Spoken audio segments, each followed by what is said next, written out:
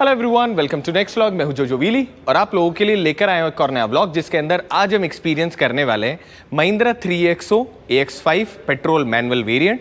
कैसी गाड़ी चलती है, क्या सारा का सारा एक्सपीरियंस है, आज इस व्लॉग के अंदर हम डिटेल में उन सारे पर्सपेक्टिव को जानेंगे जो कि आप लोगों के लिए बहुत इंपॉर्टेंट है गाड़ी लेने से पहले।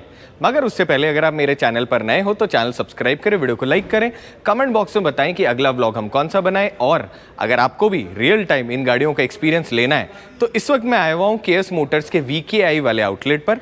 बिल्कुल ब्रांड न्यू जो आउटलेट है वो आप लोगों के लिए खुला है। कितना फंबल करने लग गया मैं।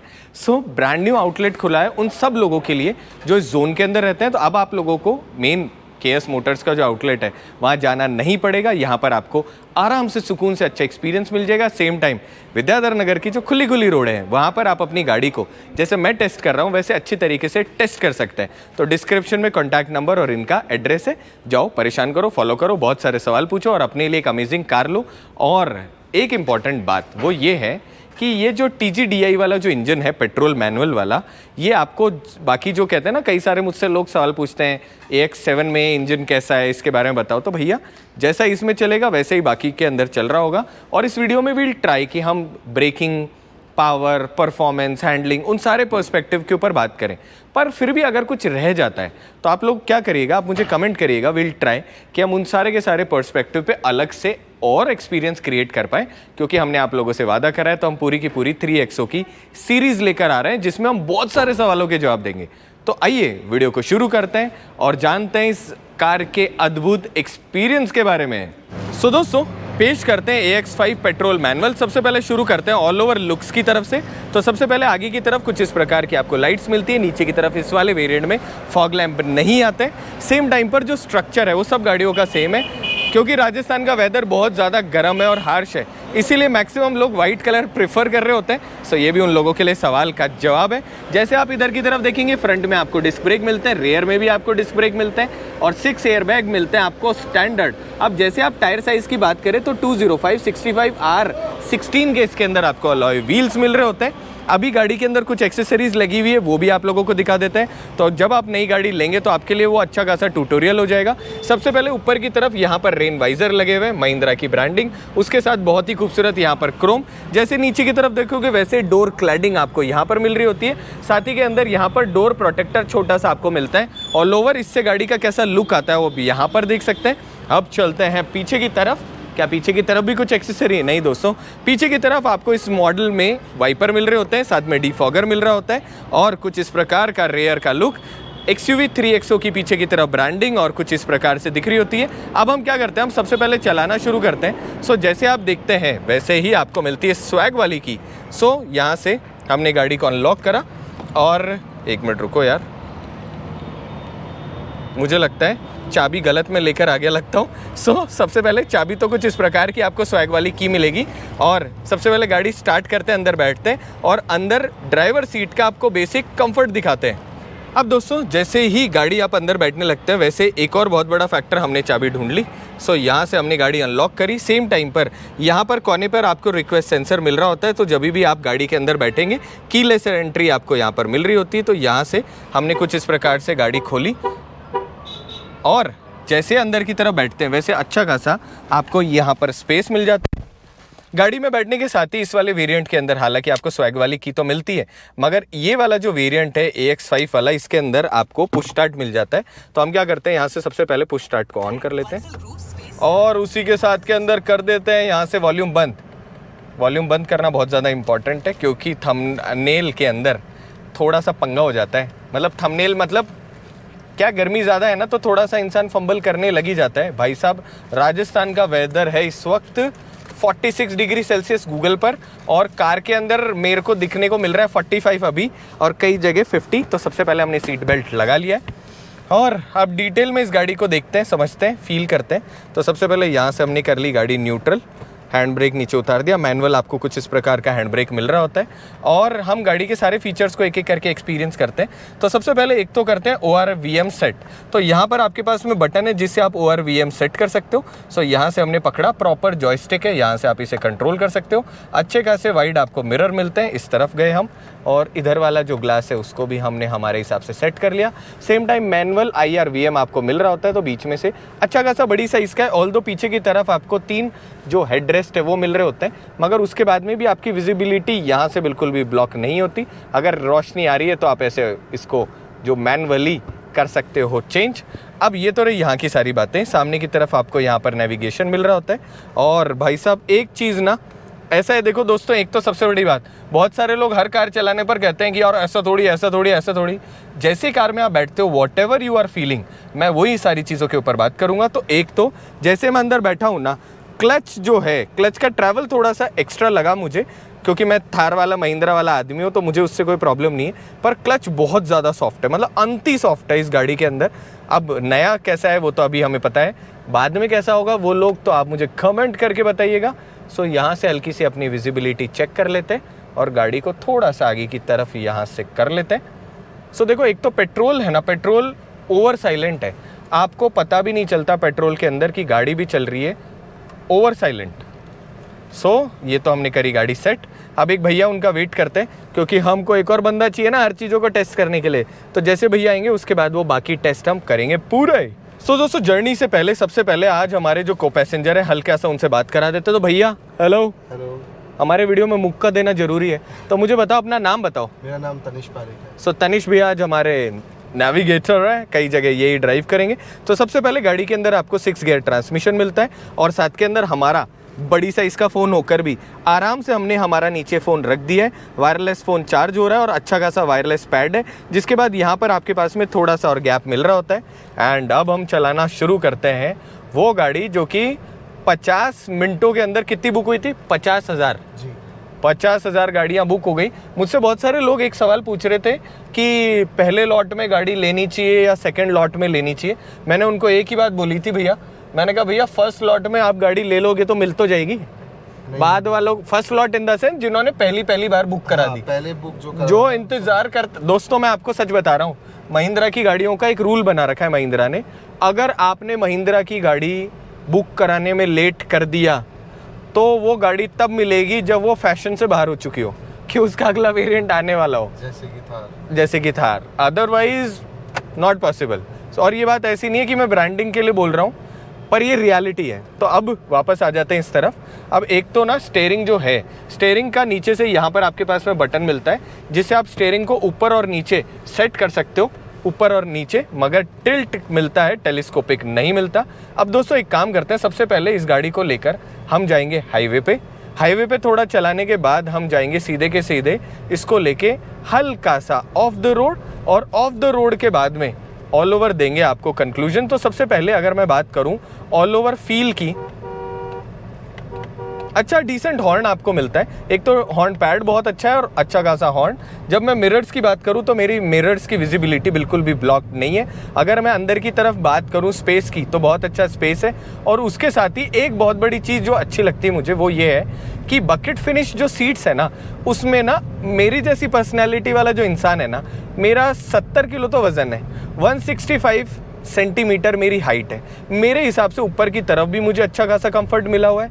बकेट फिनिश सीट में मैं बिल्कुल फिट बैठा हुआ हूँ। हालांकि जो थोड़े से मोटे होंगे मुझे लगता है कि उनके लिए थोड़ी सीट चौड़ी होनी चाहिए, मगर ये ना एक ऐसा पर्सपेक्टिव है जिसके ऊपर आप बात नहीं कर सकते, क्योंकि अगर आप मोटों के लिए रखोगे तो पतले बोलेंगे और पतलों के लिए बोलोगे तो मोटे बोलेंगे। तो इंडियन जो बेसिक साइज़ है उसके हिसाब से मैं मोर देन कंफर्टेबल हूँ।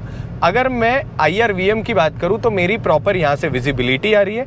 और देखो भाई साहब, बाहर बहुत ज़्यादा टेम्परेचर था, पर जैसे मैंने गाड़ी ऑन करी टिल नाउ, इस गर्मी से ज़्यादा तो देखो राजस्थान में गर्मी नहीं पड़ सकती, और इसके अंदर मैं बहुत ज़्यादा कंफर्टेबल अभी बैठा हुआ हूँ आराम से।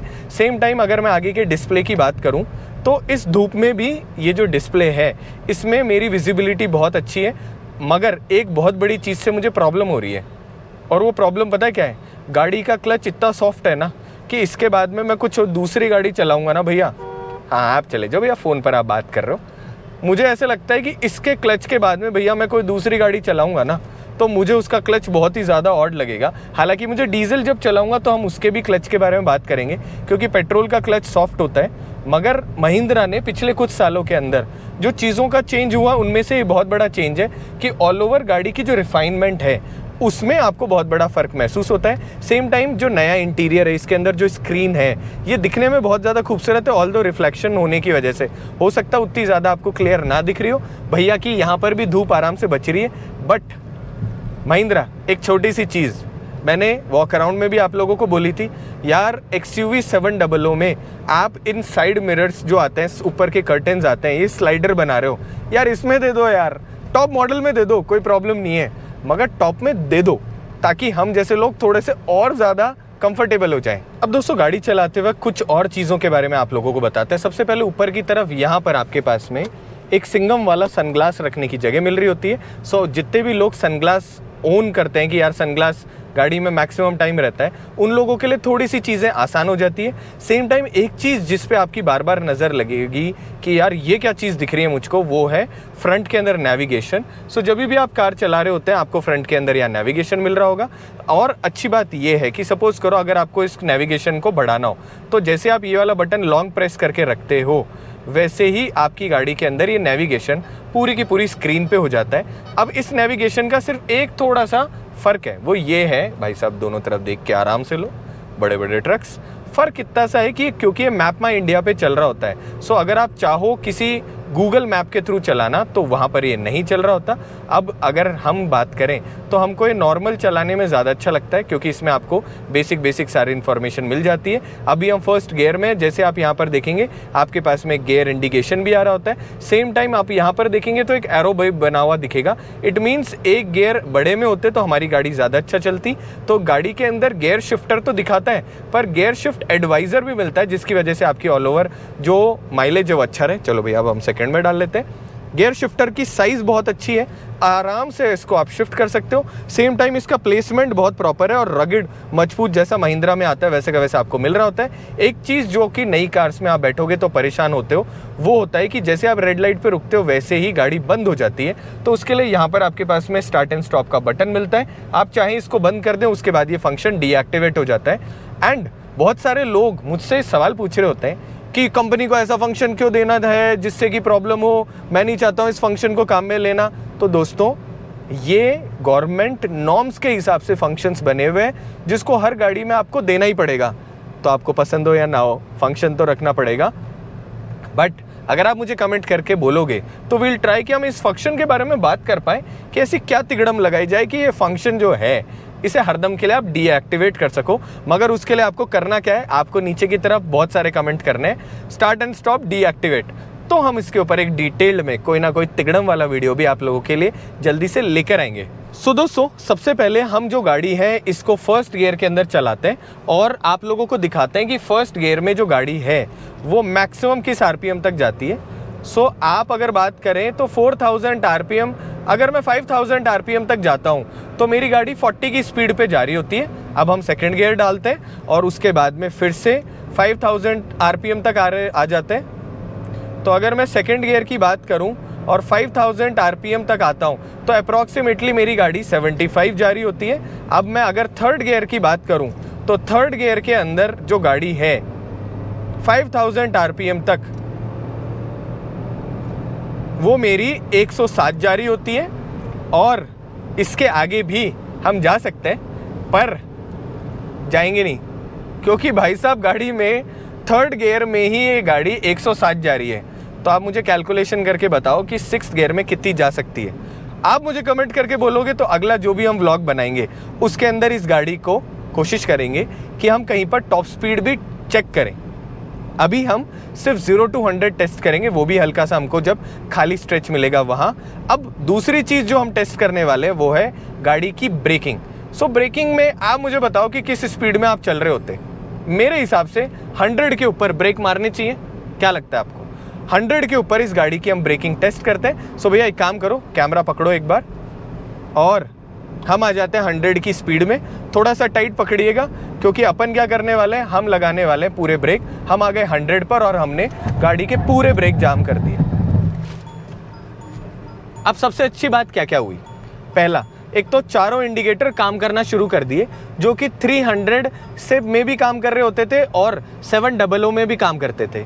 ये जो है this is a safety feature कि जब भी आप अपनी कार चला रहे हो, in case of any emergency, पीछे वाले को पता होना चाहिए कि आपने एकदम से ब्रेकिंग करी है। दूसरा, ABS EBD जैसे जितने भी फंक्शंस हैं वो इतने एक्टिव है कि हमने 100 पे ब्रेक मारे और कितनी दूर में हमारी गाड़ी रुकी, ये तो आप हमें कमेंट करके बताइएगा। अब हम करते हैं 100 का एक्सेलरेशन 0 से। तो मैं आराम से मेरी गाड़ी को साइड में रोक लेता हूँ, और क्योंकि मैनुअल है तो हमें हो सकता है थोड़ा सा उतना प्रो नहीं कर पाए, पर फिर भी हम एक्सेलरेट करके देखते हैं। तो 3 2 1 गो।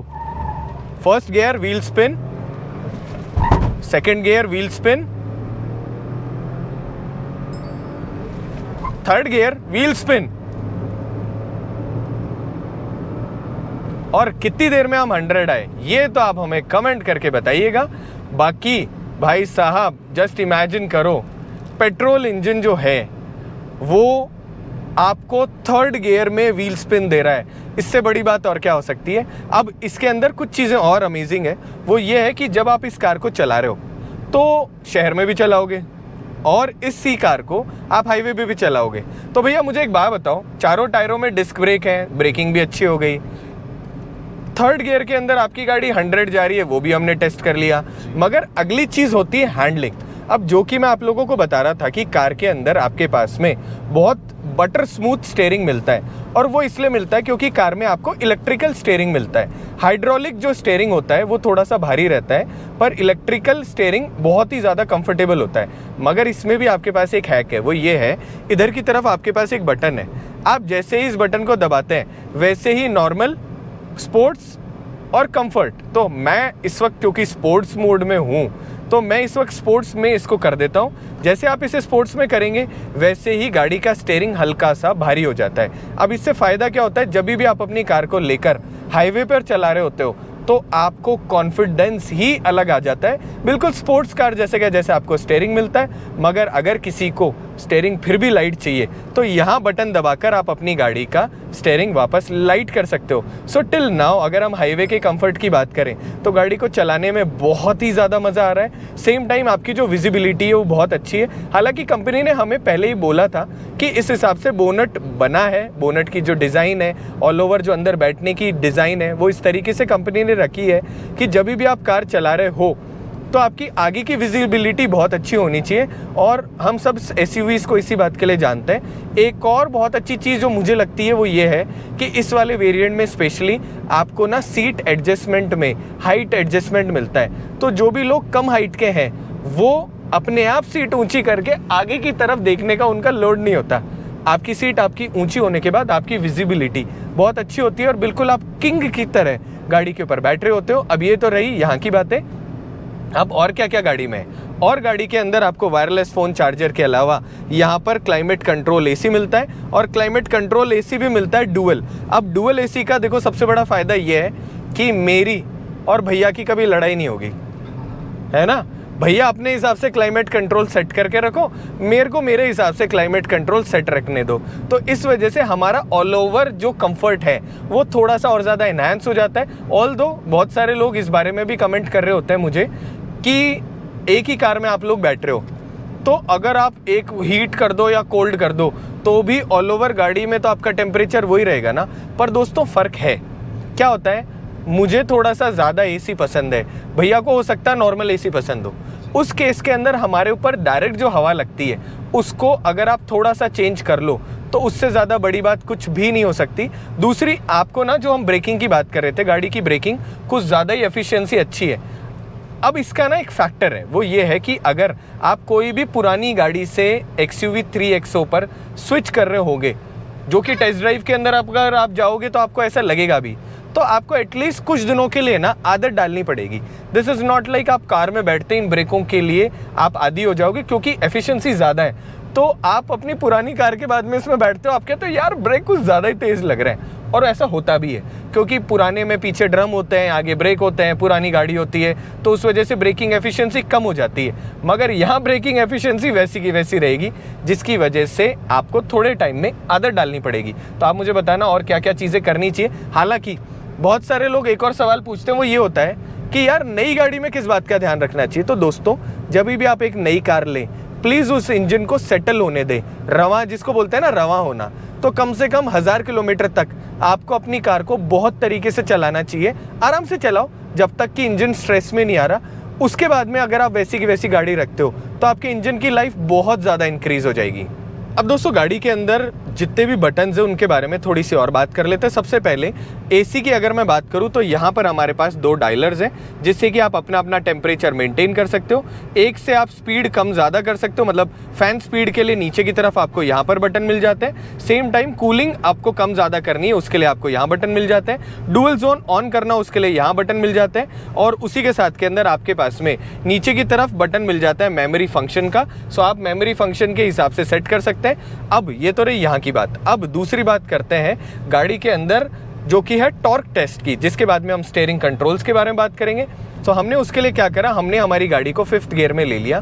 जितने भी लोग लॉन्ग ड्राइव करने के शौकीन हैं, 4 गियर 5 गियर कार चला रहे होते हैं, वो लोग बहुत ज़्यादा परेशान होते हैं इस बात से कि यार भैया हमारी गाड़ी में ना गियर बदलने पड़ते हैं। ये 6 गियर ट्रांसमिशन जितनी भी गाड़ियाँ हैं ना, इनसे हमें इस चीज़ की बहुत ज़्यादा परेशानी हो रही होती है। तो अपन क्या करते हैं, अपनी गाड़ी इस वक्त 5th गियर में।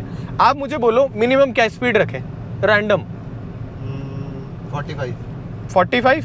अब 45, अब तो 40 पर आ गए। तो एक काम करते हैं, 40 की स्पीड से मैंने पूरा एक्सेलरेट करा है इस वक्त मेरी गाड़ी को, और आप लोगों को दिखाते हैं कि जो गाड़ी है उसका एक्सेलरेशन कितनी जल्दी हो रहा होता है। ऑल्दो हम एक बिल्कुल जो फ्लाईओवर होता है उसको चढ़ रहे हैं, पर आप देख सकते हैं कि 5th गियर में ही मेरी गाड़ी वापस एक्सेलरेशन में आ रही है। तो इन केस आप 5th गियर में तो 45 पे नहीं चलाओगे, पर इन केस अगर आपको 45 की स्पीड 5th गियर में चलानी पड़ जाए तो भी आपकी गाड़ी का एक्सेलरेशन इतना अच्छा आ रहा है कि आपको कोई भी उसमें परेशानी नहीं हो रही होती। जिसके अंदर भी आप सोचो कि एक चीज़ का डिफरेंस बताता हूँ भाई जी, आपने भी नोटिस नहीं करा होगा, हम फ्लाईओवर चढ़ रहे थे 5th गियर के अंदर, फिर भी हमको गियर चेंज करना नहीं पड़ा। ऑल्दो ये जो एक्सपीरियंस है गाइज, ये डीजल में और ज़्यादा अमेजिंग हो जाएगा, मगर पेट्रोल में भी कोई कमी नहीं है। अगर आप पेट्रोल में चल रहे हो, आराम से 5th गियर में चलते हुए इस वक्त 60, 70, 80 की स्पीड में आप क्रूज कर सकते हो, आपको थोड़ी भी उसके अंदर प्रॉब्लम्स नहीं होगी। सो दोस्तों अब भैया को हमने बना दिया सारथी, और अब हम आ चुके हैं बगल वाली सीट पे। सीट को हमने इसे थोड़ा पीछे कर लिया ताकि हम हमारा आराम से जो कंफर्ट है उसको और ज़्यादा इंक्रीज़ कर जाए। अब सबसे पहले एक तो एसी की वेंट का जो थ्रो है वो बिल्कुल आपके फेस के ऊपर आ रहा होता है। सो ठंडी ठंडी हवा ऐसे नहीं है कि थोड़ी ऊपर जा रही थोड़ी नीचे जा रही है। और जब हम इधर की तरफ भी थे तो भी हमने नोटिस करा कि अगर इस वेंट को आप बहुत ज़्यादा टेढ़ी नहीं करते तो आपके हाथों पर उतनी हवा नहीं लग रही होती। अगर मैं विजिबिलिटी की बात करूँ तो को पैसेंजर की बहुत ही अच्छी विजिबिलिटी मिल रही होती है। ऊपर की तरफ यहाँ पर हमारे पास में वैनिटी मिरर, और वैनिटी मिरर के साथ ही वैनिटी लाइट मिल जाती है, जिसकी वजह से जो भी बगल में बैठेगा वो अपने आप को हरदम रेडी रखेगा। उसके अलावा ऊपर की तरफ अच्छा खासा हमारे पास हेडरूम है। हेडरेस्ट की बात करें तो डिसेंट हेडरेस्ट है। सीट्स की बात करें तो कंफर्टेबल सीट है। पोस्चर के हिसाब से बहुत आप कंफर्टेबल हो। अगर मैं अंडर थाई सपोर्ट की बात करूं तो फ्रंट सीट में अच्छा खासा मुझे अंडर थाई सपोर्ट भी मिलता है, और उसके साथ ही बिल्कुल हाथ रखने के हिसाब से जो आर्मरेस्ट वाली जगह है उसका प्लेसमेंट प्रॉपर है। आप देखो किस्मत से कि जिस पोस्चर पे मैं बैठा हूँ मेरा प्रॉपरली यहाँ पर सॉफ्ट टच मटेरियल है। उसके साथ ही जहाँ पर मेरी फिंगर है बिल्कुल वहीं पर ही हमारी पावर विंडो स्विच मिलते हैं।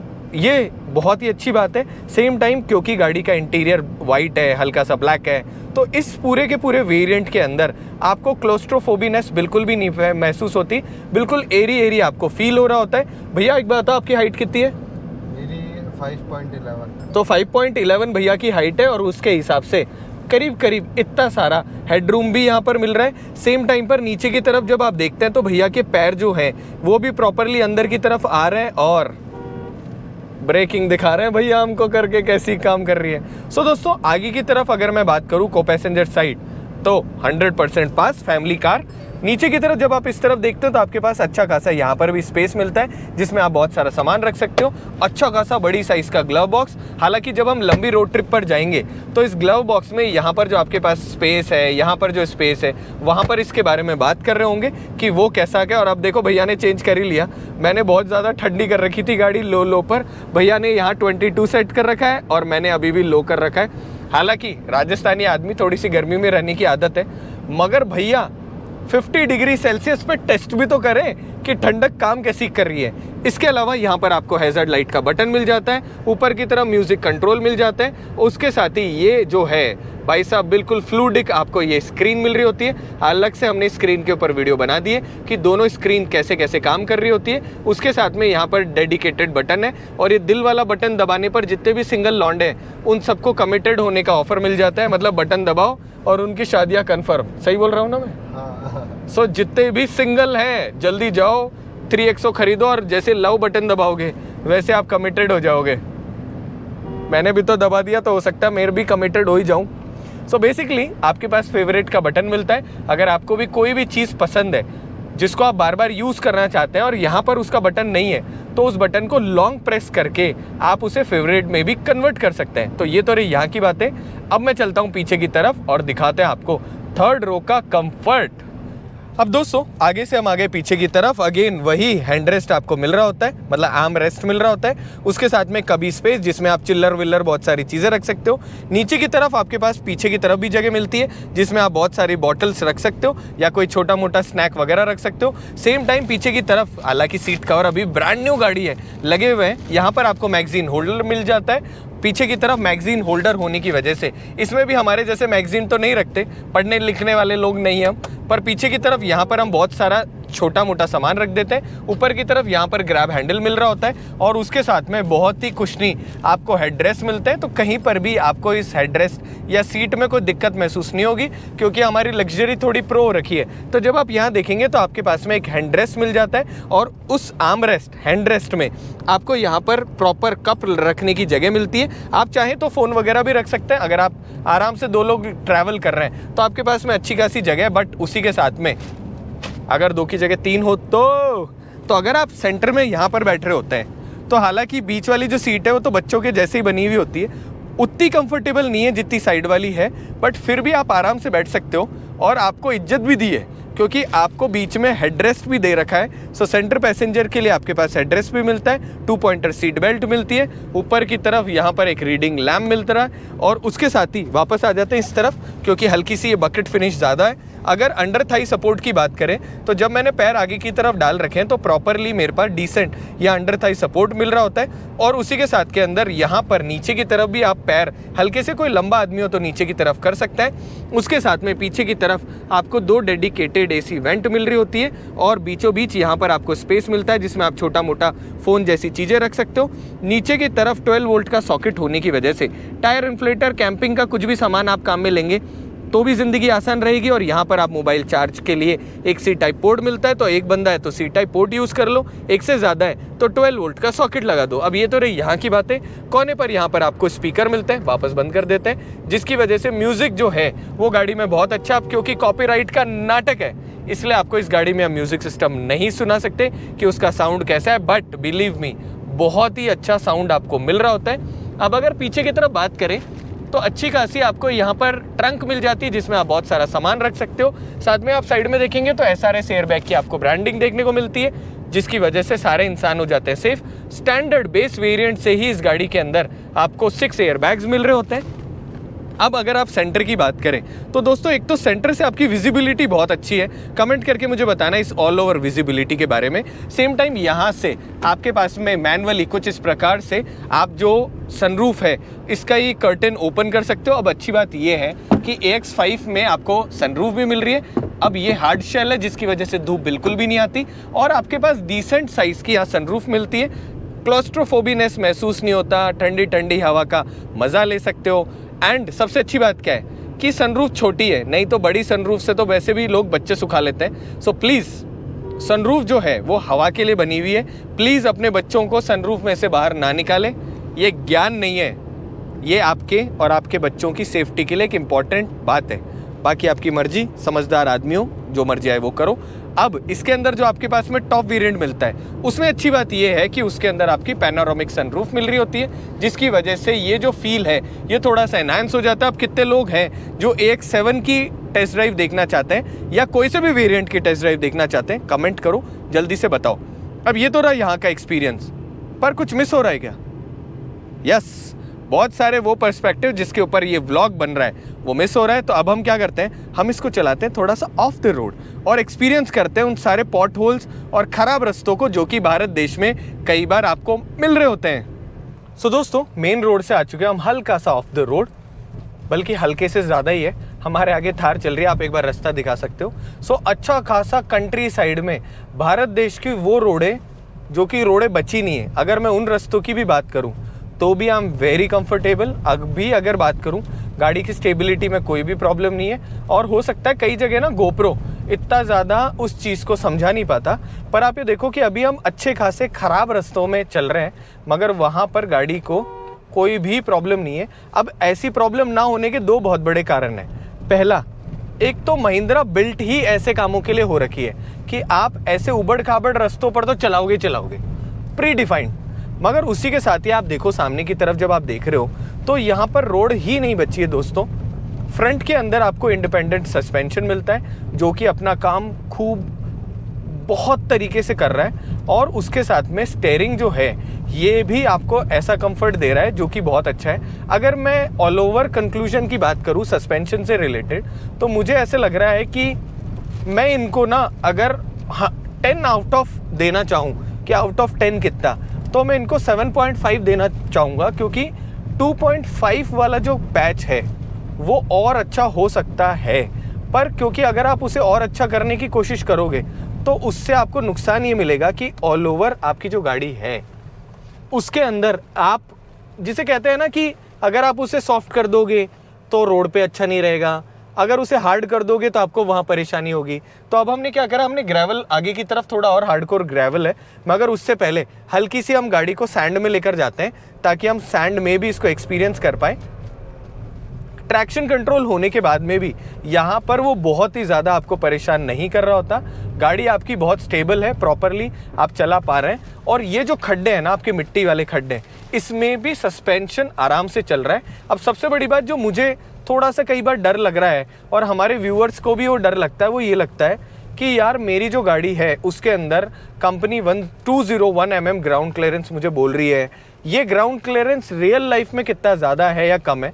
मगर आप ये देखो कि कहीं से भी जहाँ से भी मैं जा रहा हूँ मुझे थोड़ी भी कहीं पर कोई प्रॉब्लम नहीं है। आराम से मैं मेरी गाड़ी को लेकर कहीं पर भी टर्न कर सकता हूँ। अब एक और चीज़ जो हमारे लिए बहुत ज़्यादा मायने रखती है वो रखती है गाड़ी की ऑल ओवर टर्निंग रेडियस। तो देखो मैं आपको बेसिक पर्सपेक्टिव दिखा देता हूँ ताकि उसके बाद में वो चीज़ और आराम से आप समझ पाएँ।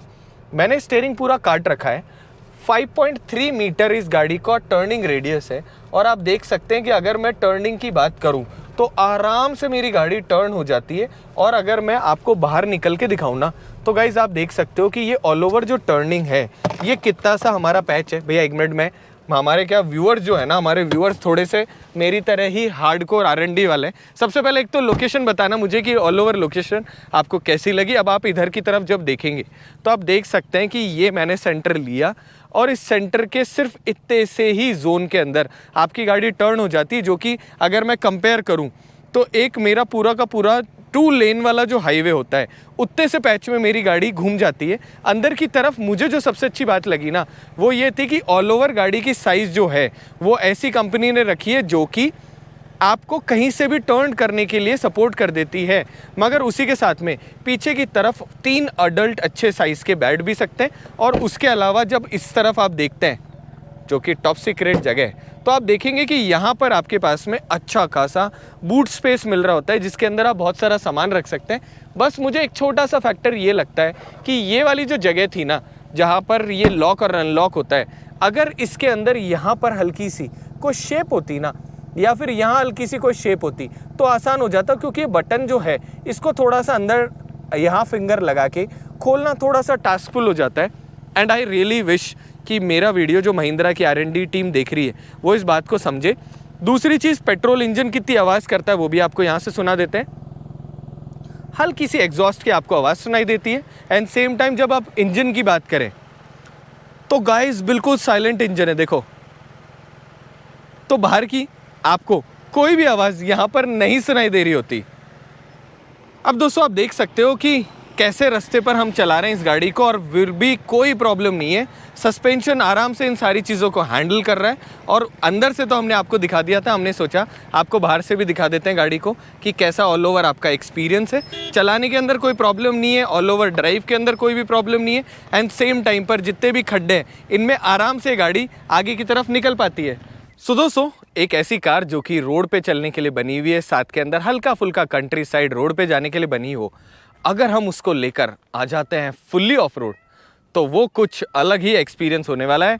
और ये एक्सपीरियंस सब पॉसिबल हुआ है आप लोगों की वजह से, क्योंकि महिंद्रा की गाड़ी है इसलिए हम इसको हर जगह टेस्ट कर लेते हैं। हमारे को ये बहुत बड़ी हमारे पे रिस्पॉन्सिबिलिटी कि हमारे व्यूअर्स को हम हर एक टेरेन पे इस गाड़ी को एक्सपीरियंस करवाएं, ताकि अगर आपको इन वर्स्ट सिनेरियो भी उसको ले जाना पड़े तो एटलीस्ट आपकी प्रॉब्लम सॉर्टेड आउट होनी चाहिए। सो आप देख सकते हो आस पड़ोस का टेरेन कैसा है, आराम से कोई भी प्रॉब्लम नहीं है। गाड़ी के फ्रंट या रियर की बात करें तो आप देख सकते हैं कि कहीं पर भी नीचे गाड़ी टच नहीं हुई है, और क्योंकि टायर साइज़ व्हील साइज़ ऐसी रखी है ताकि वो हर जगह कंफर्टेबल हो, तो जब हमने हाईवे पर चलाया तो भी हमें कोई प्रॉब्लम नहीं हुई। उसके अलावा हमने ऑफ रोड चलाए तो भी प्रॉब्लम नहीं है। और सोचो जब पेट्रोल में इतना मज़ा आ रहा है तो डीजल में थोड़ा सा मज़ा बढ़ जाएगा हम जैसे लोगों के लिए, क्योंकि टॉर्की इंजन है। अब बहुत सारे लोगों के मन में एक सवाल उत्पन्न होता है कि हमें कौन सी लेनी चाहिए। तो बेसिकली दोस्तों, आप लोगों को मैं एक दो सवालों के जवाब यहीं बैठा बैठा दे देता हूँ। सबसे पहला, आपको पेट्रोल लेनी है या डीजल लेनी है?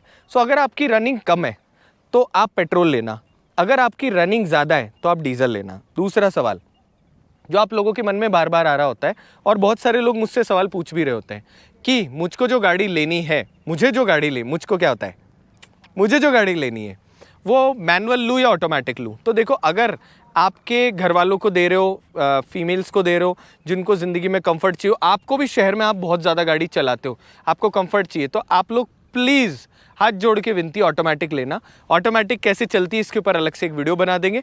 फिलहाल के लिए आप ये समझ लो कि आपका लेफ्ट फुट है वो आपको काम में बिल्कुल नहीं लेना। राइट फुट से आप सालों से जितने मैनुअल कार चला रहे हो, ब्रेक और एक्सेलरेट कर रहे हो, तो वही आपको करना है।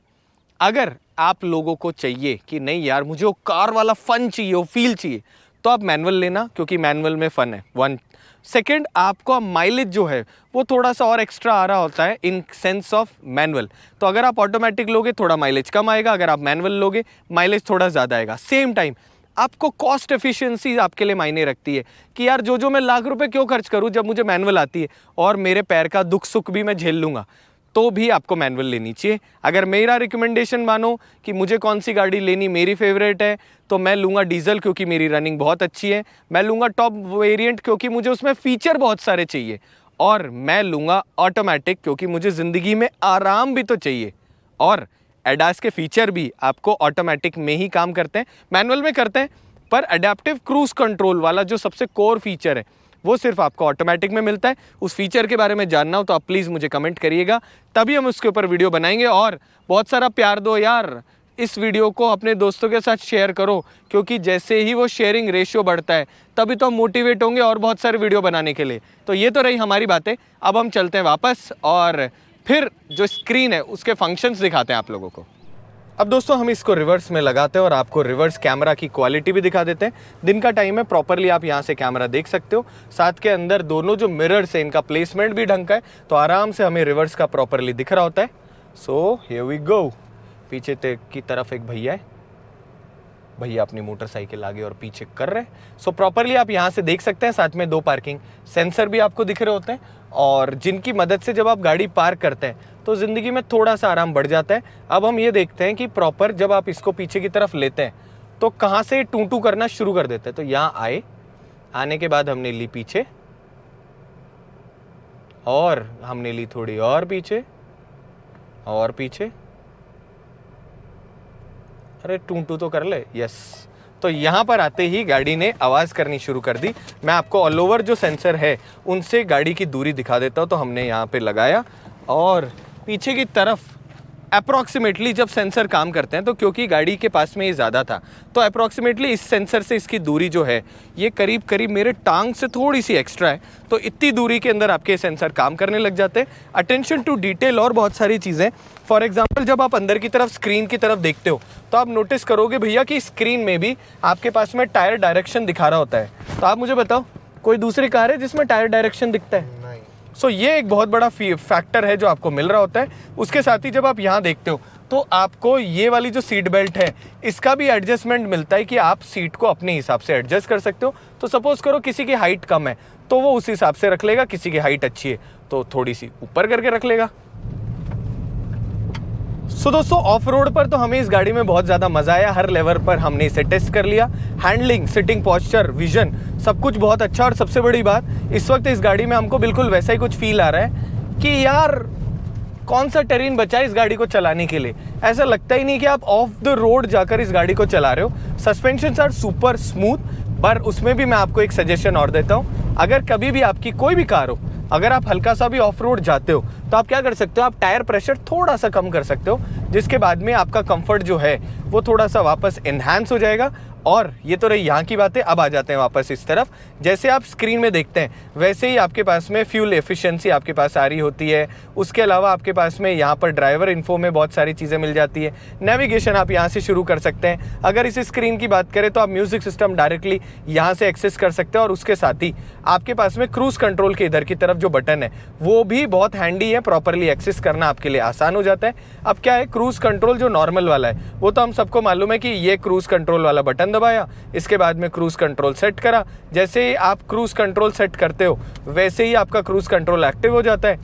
अब बहुत सारे जो नए लोग हैं वो मुझसे एक सवाल पूछते हैं कि यार भैया ये क्या चीज़ बता रहे हो आप, क्रूज कंट्रोल ऑन करना तो बता दिया मगर उससे तो एक्सेलेरेटर बढ़ जाएगा ना मेरी गाड़ी का। सो दोस्तों अगर कभी भी आप ब्रेक लगाते हो तो अपने आप क्रूज कंट्रोल नॉर्मल वाला भी डीएक्टिवेट हो जाता है, जिसके बाद में आप रिज्यूम वाला जो नीचे की तरफ बटन दिख रहा है ना, ये वाला बटन, इसको दबाकर एक्टिव कर सकते हो। सो ऐसे कोई प्रॉब्लम वाली बात नहीं है। अगर आप चाहो तो अलग से मैं क्रूज कंट्रोल कैसे काम में लेते हैं इसके ऊपर वीडियो बना दूंगा। पर फिलहाल के लिए आप अगर बेसिक बात समझो तो आप ये समझो कि जब भी आप अपनी गाड़ी 30 से ऊपर चलाओगे वैसे ही क्रूज कंट्रोल आपको बटन दबाना है। क्रूज कंट्रोल बटन आप दबाओगे वैसे ही आगे की तरफ यहाँ क्रूज कंट्रोल एक्टिव। ओहो भाई साहब, अब ये जो ब्रेकर अभी हमने क्रॉस करा ना, ये बहुत सारे आप लोग हैं ना समझ जाओगे कौन सा वाला ब्रेकर है। ये बेसिकली बिजली का खंभा टेढ़ा रखकर मोस्ट पैथेटिक जो ब्रेकर बनता है वो बना हुआ था, क्योंकि कंट्री साइड हम रास्ते में चल रहे हैं। और मेरे को लगता भैया अगर इस ब्रेकर से आपने पार कर ली ना गाड़ी तो हर कहीं से कर ली।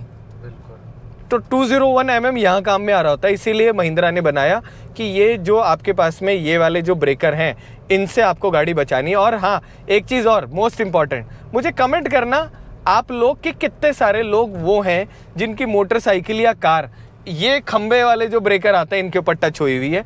टिल नाउ हमने ऑफ रोड एक्सपीरियंस करा, that was super amazing. Same time जब हमने आप ऑफ रोड से पहले पॉट होल्स जो वाले जो रास्ते थे, कंट्री साइड वाले रास्ते, उसमें भी जब हमने गाड़ी निकाली तो भी हमको कोई प्रॉब्लम नहीं आई। बिल्कुल परफेक्ट हमारी गाड़ी इन सारी countryside road pothole से बाहर निकली।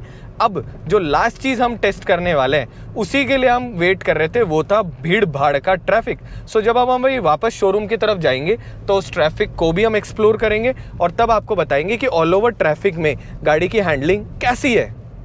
तब तक थोड़ा सा वापस ऑफ रोड चल लेते हैं। सो दोस्तों वापस आ चुके हैं हम शहरों के रास्ते में। मगर शहरों के रास्ते में भी तो एक पॉइंट है, वो है इस सारे का सारा जो रनिंग ट्रैफिक है इसमें गाड़ी जो है वो कितनी कंफर्टेबल है और हैंडलिंग कितनी आसान है। तो देखो, पहला एडवांटेज तो मिलता है साइज़ का। गाड़ी की साइज़ कम होने की वजह से आप अपनी गाड़ी को कहीं से भी मनूवर कर लेते हो।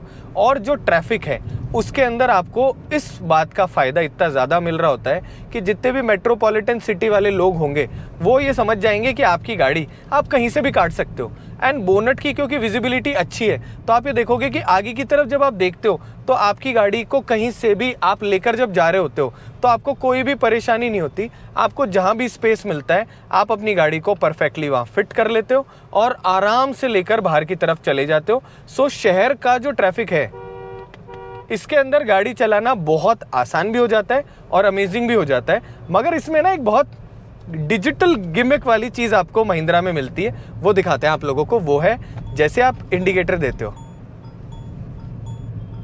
वैसे ही इसके अंदर ना मोबाइल रिंगटोन आती है ना, बिल्कुल वैसी के वैसी आपको रिंगटोन सुनाई दे रही होती है। सो आप देखो कि एक अलग ही मज़ा है इस रिंगटोन का। और स्पेशल चीज़ पता है क्या है, AX वेरिएंट के अंदर आप इस रिंगटोन को अपने हिसाब से चेंज भी कर सकते हो।